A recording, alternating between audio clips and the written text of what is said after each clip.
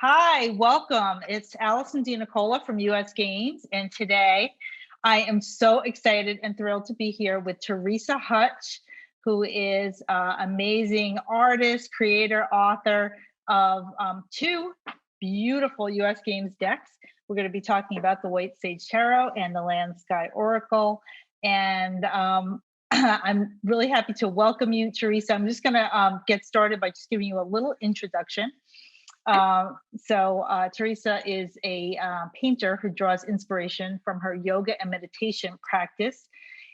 She lives in Minneapolis, Minnesota, and she loves spending time walking in nature and tapping into her dharma as an artist and mom, creator of the White Sage Tarot and the Land Sky Oracle. Welcome, welcome. Thank you so much. I'm so happy to be here.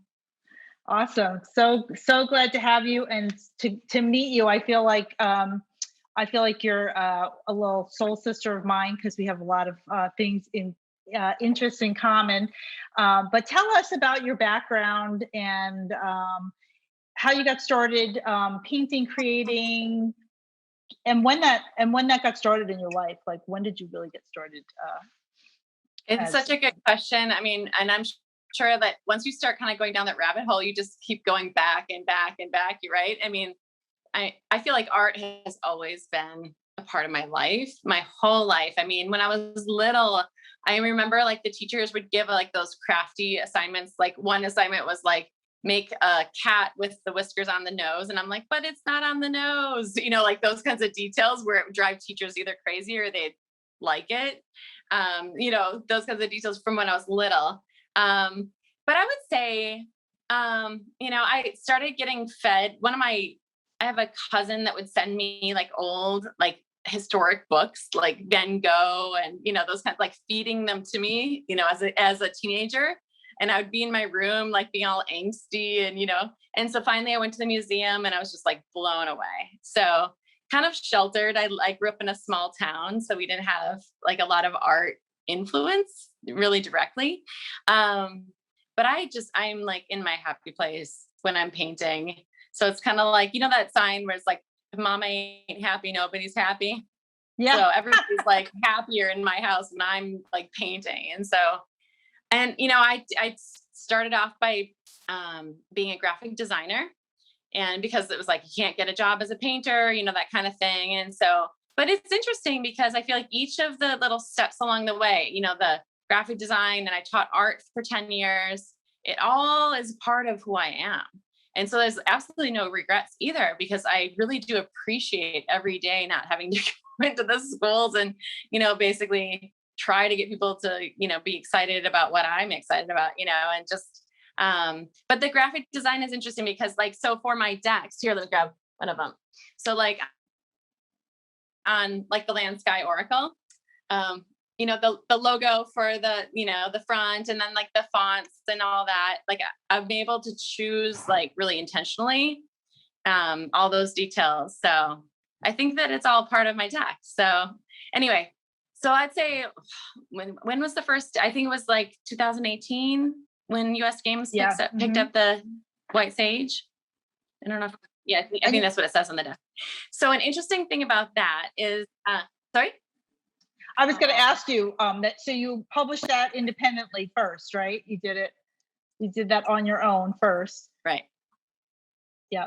And what's interesting about that is, okay, so I published it on my own, and I was saying to you off camera is like, first of all, I love US Games. Like, I think that you guys do great work. You work so directly with me, and I don't think people understand that. And so anyway, as an artist and just being able to just now focus on my art, and so that, the publishing and all of that can be taken care of, it's such a great thing. So when I first had this indie deck, I had one in my pocket, and I went into like a hippie shop, and they had a tarot reader there. And I was like, So I went up to her and I said, I have this deck that I designed. Can you see it? And she said, well, let's do a reading for it. And so she put down her cards to ask about my deck, and she looked at it and she said, okay. So, she said, so what do you want to do with it? And I said, I don't know, maybe sell a few hundred decks. I don't know. And she said, can you live on that? And I'm like, no. And she said, I think you need to think really big. And then she gave me, at the end of the reading, she gave me US Games and another publisher, 2 names. And she said, send them to these 2 publishers. And I did. And I heard back like in a week that you guys wanted to pick it up. And I was like, okay. And I told her I'd give her a free deck, and I did. So, but it's kind of an interesting process, right? To go through a tarot reader to find you. So yeah. I love that. Yeah. So I mean, I guess, yeah. Go ahead. Finish. One other thing about like making the deck. So before all of this, I had a painting practice where I would do a painting every week for a year.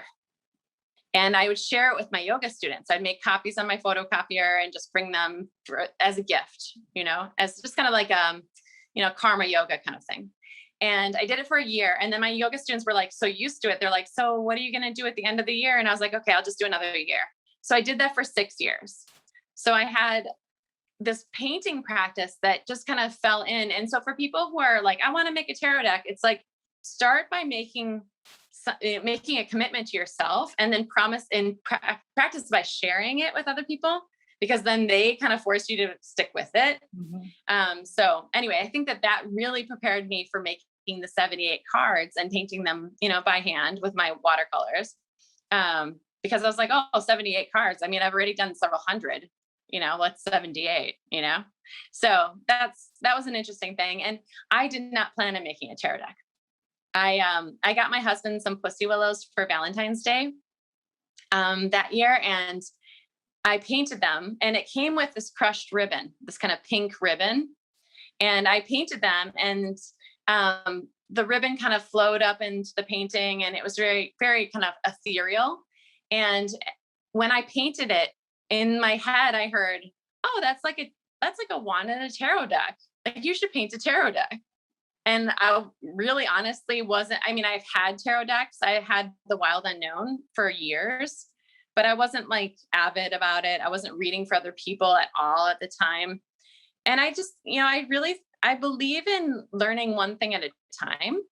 And I'm like, even if I'm not an expert in tarot, I can learn just about the Ace of Wands, if there's no rush about it. Right. And I could just focus on that and just do that painting. And then, so once the wands were figured out, then I'm like, okay, what are the cups, And so when in doubt, I just picked things that were around me. So like the cups are very specific. They're cups that we got for our wedding registry. And they're also from Japan. And we lived in Japan for a year. And so it was like, okay, the whole deck is inspired from Japan. Like the colors, I wanted to be really soft, because in Japan, a lot of things are very muted. And I just love that. And I feel like so many tarot decks are like black and red and dark. And I was like, I feel like a lot of people turn to tarot when they are struggling. And so I don't need to have more like vicious swords coming out. I would pull, I pull a lot of swords. So it's like, I don't want to have something that's like, So one of the hopes with my deck is that even I've had people say that their kids pull from it, or people who have trauma can pull from it without feeling like, oh my gosh, like the death card. I didn't want to have any humans in it, because I was sort of over humans at the time. Like, so having animals as characters, I thought would be fun. Yeah. But part of that was also that with humans, then there's that feeling of like tokenism, where you have to then represent everyone, or have one of, each kind of person, or leave everyone out. And another thing that's really left out is age. So even with a lot of decks now that are coming out with different races, there's very few that have like older women and older men in them. Some of them do, but you know what I mean? So I feel like with animals, like I hope that everyone could relate to them, or, not, but it's not about them. You know what I mean? It's more about the personality of the otters or whatever. So I love that deck. It's so accessible. And I hope that helps. There's something very fanciful about the animals and how they appear. So even if they're, like you said, even if it's, we're into swords, and we know there's going to be some implications with swords, or maybe there's some, transformational card that's coming up. I feel like there's this overall like friendliness to that card deck. and it's hugely popular. It's like incredibly popular, and has been like it's going on its fourth year with us, I think. Right, 2018. So we're into like its fourth year of printing, and we're still going like gangbusters with it. So people love it. People love it. Awesome. And so, well, you and are doing readings though, right? You do readings. Is that correct? Is that something that came out of you creating the deck? Yeah, I didn't do readings before. And I mostly just use my decks. Once in a while, I'll throw another deck in there if it feels right. Because I think, that's also interesting too. Like, how do the decks communicate with each other? And so, yeah, I do use a few other decks, but mostly I just use my own because it's honestly just easier because I feel like I know them. I mean, they're like, old friends sort of at this point, right?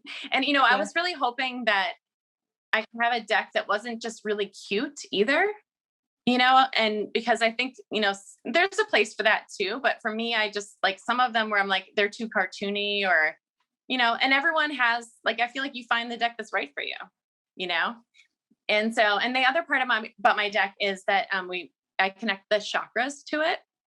So when I do the reading, I start with the chakras. So when I if I do a Celtic cross, I just put them out and then I look at the colors and like, what are the colors that are showing up? What is the main like chakra that the person can, or I can work with? And then, moving into the elements and other things like that. So yeah, I mean, we both have that background in yoga, so it's kind of fun. And I feel like for people who are not really into tarot, but they already know chakras, then they can start there. Right. And kind of ease their way in.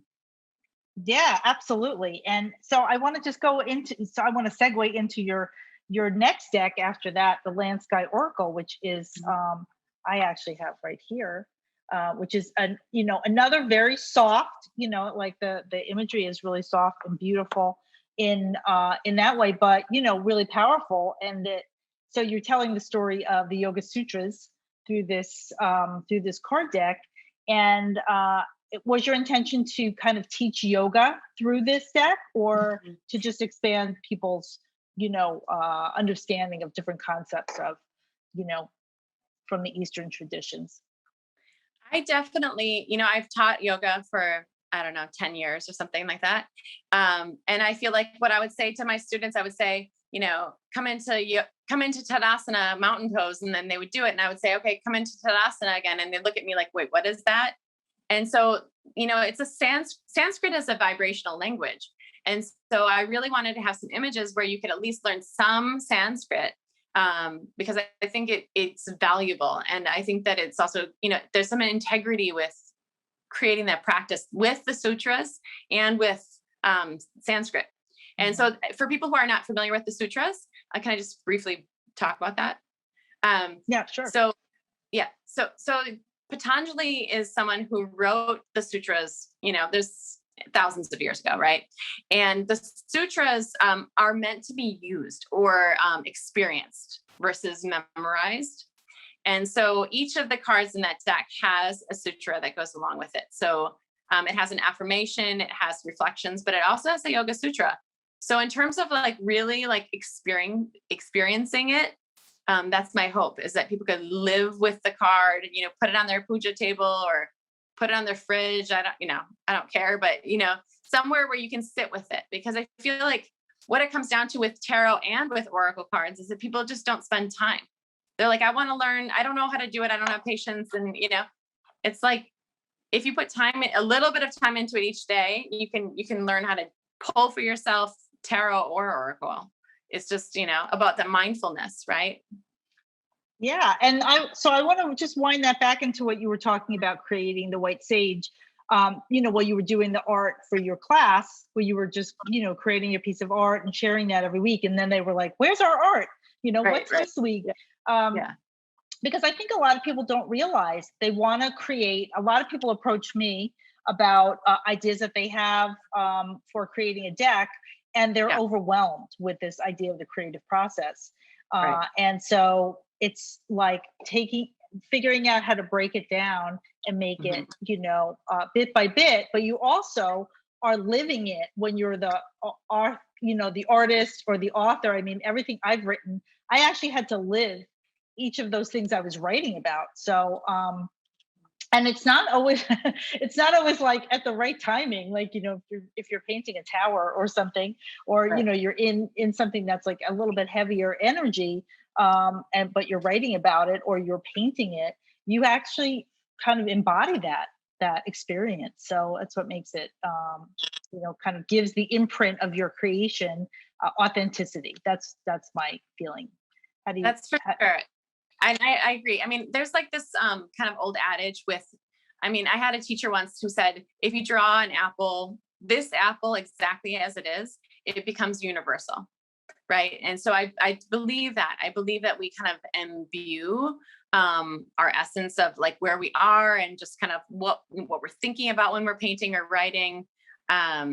Like, for example, the devil card in my deck is the snake.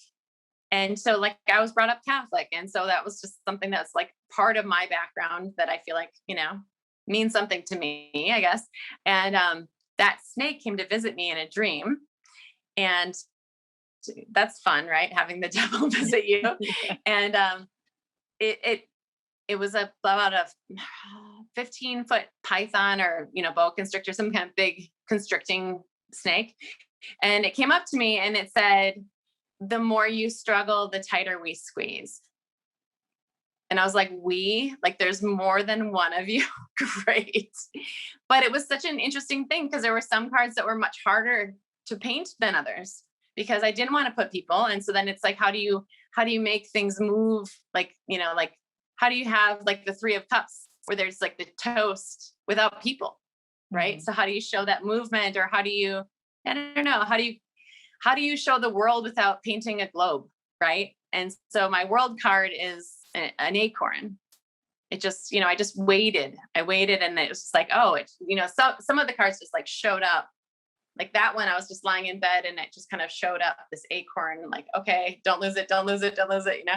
And then just went and painted it. So there's a few like that. Like the strength card in my deck is, it's this mama bear and she's charging. And, my friend was really upset and she had this mama bear quality to her, the way she was talking. And I was like, okay. And this bear sort of showed up between us. And I was like, okay, I'm going to go home and paint that, So yeah, but I mean, with the landscape oracle, it's the same thing where it's like, okay, how do I organize my thoughts? How do I decide, so it was kind of a natural thing because there's the 8 limbs of yoga.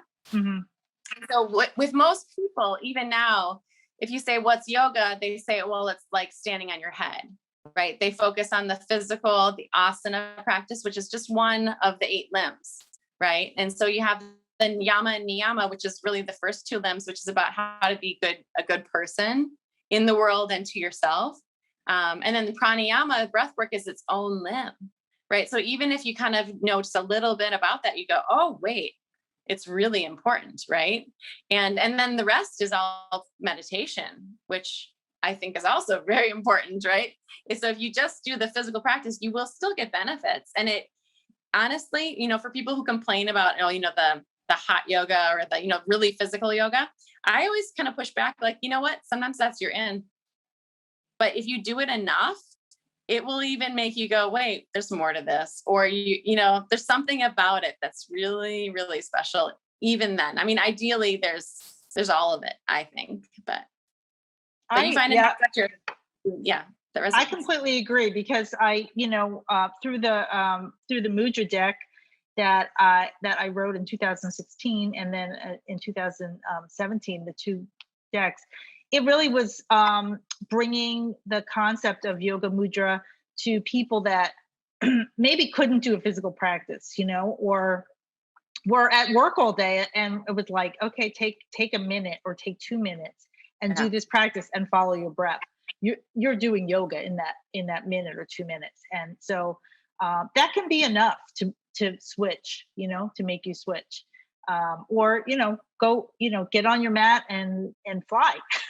Sometimes that's called for, sometimes that's necessary, but I love all of it. And I love, like I just pulled the camel card, the Strasana, and I love, I just love some of the imagery is very direct I read everything with like animal totems. So, I love the images in this deck, and I relate a lot to how you organized it, and I can get the concepts that. So I think it's a great deck for deepening people's understanding of yoga. If they have a minimal understanding or they have an interest and want to learn a little bit more, it's a great way to visually do that rather than it's really hard to read. I have Yeah. found a lot of those translations in books. I read it and I'm like, oh yeah, I get this. And then I'm like, I can't remember anything I read about that, or I'm off on another, planet doing, doing the next thing. So, um, I love the way you put that all together. Well, and And one other yeah, side note is, so I worked directly with Reverend Jagannath Carrera, who's, he's out in, are you in Connecticut? Because I yeah, think that's where, I think that he's, I don't know. But anyway, so I've gotten to know him through the years, but just from a correspondence, I just got a hold of him at one point because he had a book I liked on the sutras. So I got his permission to use all of his words for the sutras. And that's one of the things people should be aware of too. If you're going to make a deck, trying to get a hold of the person directly, if you're going to use any of their information or images. Like I've seen people, make decks and then it's like, whoa, that looks a lot like this other deck. And I just want to put that out there. Like really just consider having some integrity with, if you are going to make a deck, like really just be aware of what's out there and really be intentional about not copying other work. I mean, you can be inspired, right? But like, for example, I have the Wild Unknown and Kim Cron's deck, and I love it, right? And I love most of it. Some of it doesn't work as well, but my point is, I used her for inspiration, but I was also intentional about really not like, I loved certain elements like the fox and I loved the snakes for the swords, but I intentionally did not do that because I didn't want to copy what she's already come up with. Right. So, and it's hard. I mean, you have to really be aware and truly not do it on purpose. Like she has birds for air, right? Is it birds? Anyway, I'm trying to think of what, it's been a while since I've looked at it, but anyway, so just being aware of that, if you are going to make a deck that, and that, I mean, you see it all the time with Rider-Waite-Smith, right? Is the US Games, yep. I mean, and on some level you have to pay attention to I think to have a tarot deck and to know the Rider-Waite-Smith in and out is key, and to know it and also honor it. That's the trick, right? Is to do both without copying it. Right. Yeah, there's a lot to consider. There's a lot to think about. And so I wanted to ask you about this because you've mentioned it a couple of times, that a lot of your visualizations or your intuitive hits, we'll call them, right? Those bursts of energy came out of your dreams, out of your dream time. So tell us about that. That's really cool. It's interesting, I've done a lot of dream work and on other levels, I've had premonitions that were kind of big that were like pretty clear. Usually they're about 6 months off, but so like we were talking about before, so the Hanuman card we can talk about in the Land Sky Oracle. So he came to visit me in a dream, and that was about 6 months before I went to India. And so I went to Rishikesh and studied there for 6 weeks at a meditation place in Rishikesh. And so he came to visit me in a dream, and he showed me how to move the wind. And I was like, whoa. And so then once I was in India, to go to that exact temple that I had already dreamt about was pretty fascinating. And just, and the Tadasana card that was there. So those 2 cards ended up showing up in real life, which is pretty amazing. I love it all, I love that. I'm a lucid dreamer, so I totally get it. And I think that your ability to take it and then translate it into, insert it into what you're working on, or to take that piece of information that comes in and say, oh, this, even if you don't know exactly at the time what this, what exactly you're supposed to be doing, but then it crops up again as a confirmation, Well, the death card, it was definitely one where I really did not want to do skulls because I don't think of death like that anyway. So it's like, okay, how do you show that? Right. And so I just waited for that. And that's in my deck. It's a spiral and it's purple. So that in the chakras, the purple is the third eye, this area. And so kind of moving your way up to white light. So that's that one. And another interesting card from the White Sage that when I first got my first indie deck, when I went to go get it from the mail that day, my husband had a major accident and he fell on his bike and broke his hip. Oh boy. And so, yeah, it was really bad. His pedal bike, he got it stuck in a railroad tie. And so anyway, so I'm like running home, getting the kids, getting the mail, like, just on autopilot because, I have to go to the hospital and go see him. I don't know if he's going to walk again, just like he can, by the way. He's healed much very well. But anyway, so I got the deck and I'm an Aries moon. So I'm like, oh, what about me?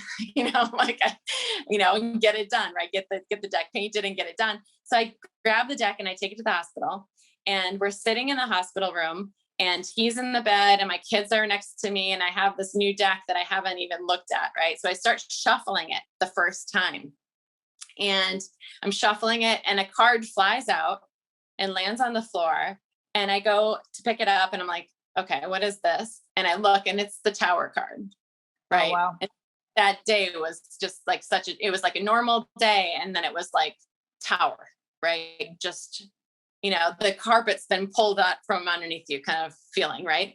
And so then my son, who was 12 at the time, he said, oh, Mom, that's the card I picked.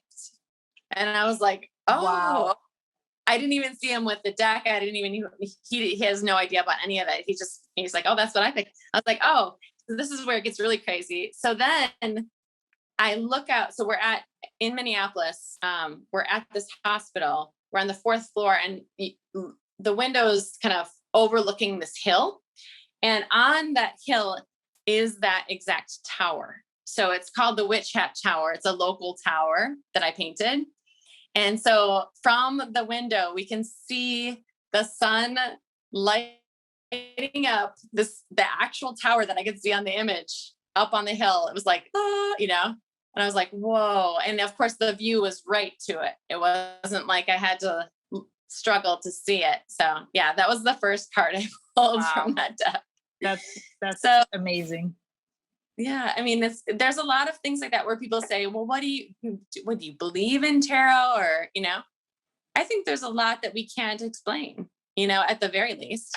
And I think tarot gives us a chance to rethink our karmic, cycles, right? We all have ways that we think about the world and we see ourselves and see our partners.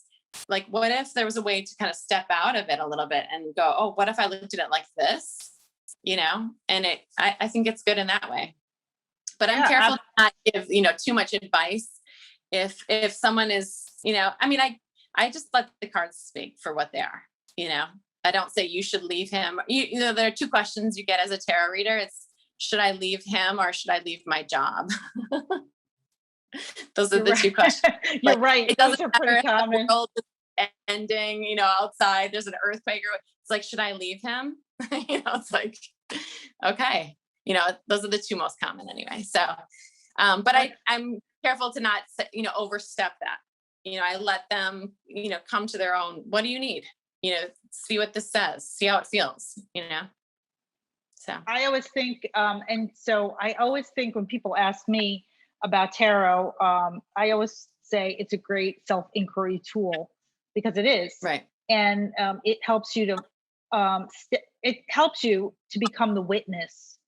So there's that witness consciousness that it helps you to become more of the witness and pull yourself out of the emotional pull that you have to have an answer, or you're embroiled in a situation where you can see things a little more objectively.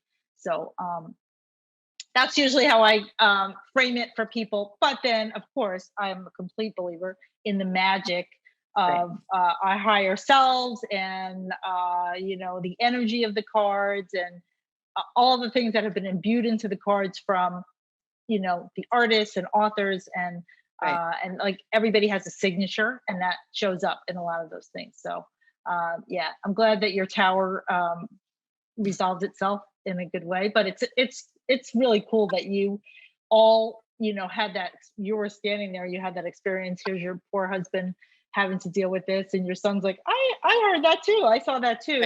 That's pretty amazing story. Yeah. Oh my goodness. I know you have a new card deck that you have you finished? Are you finished? Is it underway? Well, You want to tell us about that?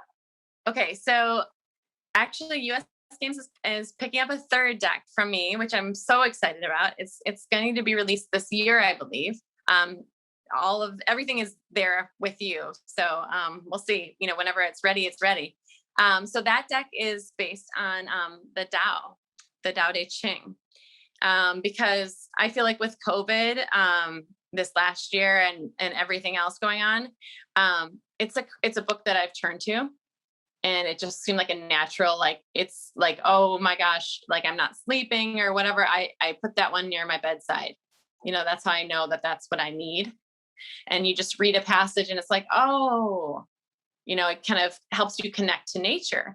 And so I've thought about this deck for a long time. And I've thought about I live in the city. I have cement under my feet, and horns honking and, just the city stuff. And it's like, how do I relate to nature, even in the city? So I have a few of my paintings. I don't know if you want to see them. Yeah, from great. that. That's fantastic. And then you can see kind of the size that I work in. For the white sage, I did work smaller, but this is the size I've been working on. It's this is an 8x10, and you can see with this deck it's a little bit different because it has at the bottom you see that's washi, or washi paper from Japan. Washi is paper, so it's kind of redundant, but you get the idea. But it's a very special paper to me because I got it when I was living in Japan. But this is the swan. Beautiful. In that. And I'll show you a few other ones. And so I do have the animal theme continuing through my work for this deck. But this one's a little bit different because I do put a little bit of mixed media that I haven't done before. And I'm playing around with that. Here's the koala. Oh my goodness. See the little flower on his cowl. That's just, it's actually glued on. It's a separate piece. But, working with this next deck is actually, it's with the Tao, but it's divided into the elements, the Chinese elements. So the colors in the background relate to each other. Here's one more. So, and then, the squirrel with the dress. Oh, I love that.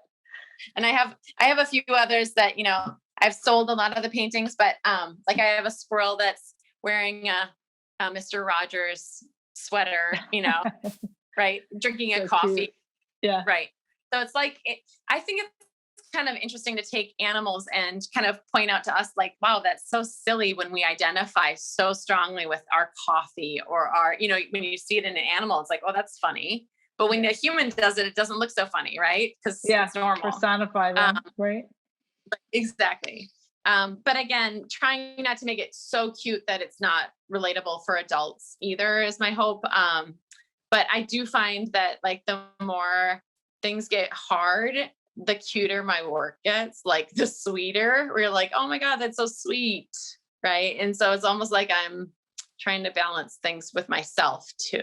So, but I'm hoping that that's what people need, right? If you need some sweetness, well, then maybe that would be a good deck. So that deck is called the Nature Quest Oracle. And that should be coming out this year. Awesome. And yeah, I'm really excited. And I'm actually working now on another one because isn't that what happens, right? You just keep going because and this next one, we'll see what happens with it, but it's going to actually go back to more of the Hindu gods and goddesses. They've been showing up like crazy for me recently. I love, let me see if I have the painting here, allegories. I love the stories. I just feel like I'm a storyteller. I love teaching. I think it's relatively easy to get up in front of a group of people and tell a story.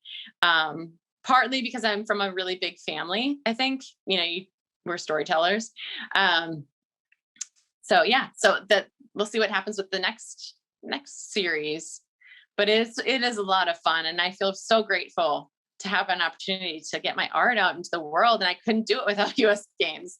I mean, I tried, like I was saying before, like making indie decks, there's a lot of really hard things for an artist in terms of like, because you have to buy 100 at a time, and you have to, like, the quality control is so hard. I mean, I won't name names, but working with companies trying to print decks where they would send decks and they'd say, well, that's close enough. And I'm like, no, the colors were so off. And, so then what do you do with 100 decks that don't look like what you want? You know what I mean?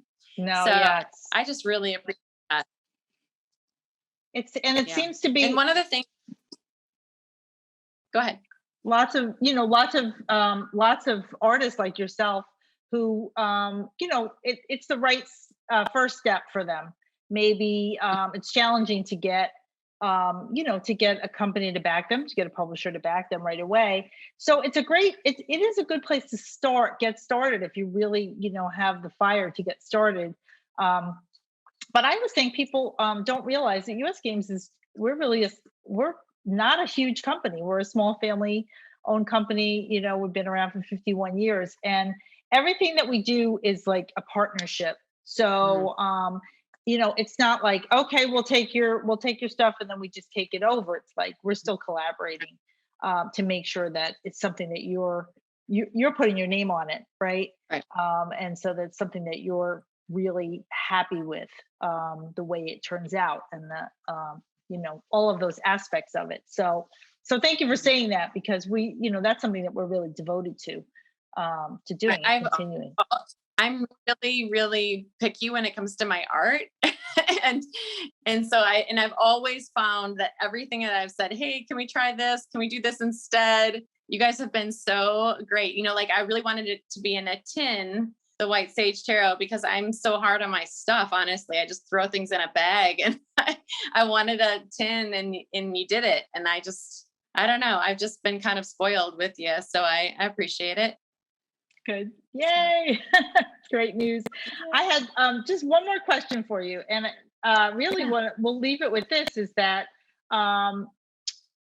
tell us something that you want to share about yourself that people don't generally know about you or think about you. It could be another passion of yours. It could be a superpower that you have that people don't associate with you. It's not meant to be a trick question, just anything that comes to mind, just to give people a little bit more insight into Theresa. Well, on like a more mundane level, I would say I love learning new things. So over COVID, I decided to teach myself how to play the ukulele. Because I'm like, I really think your time is valuable, your energy, and dropping out, so that was one thing. And, I think, what's something about me? I would say another really mundane thing is that I can eat cotton candy without getting my fingers sticky.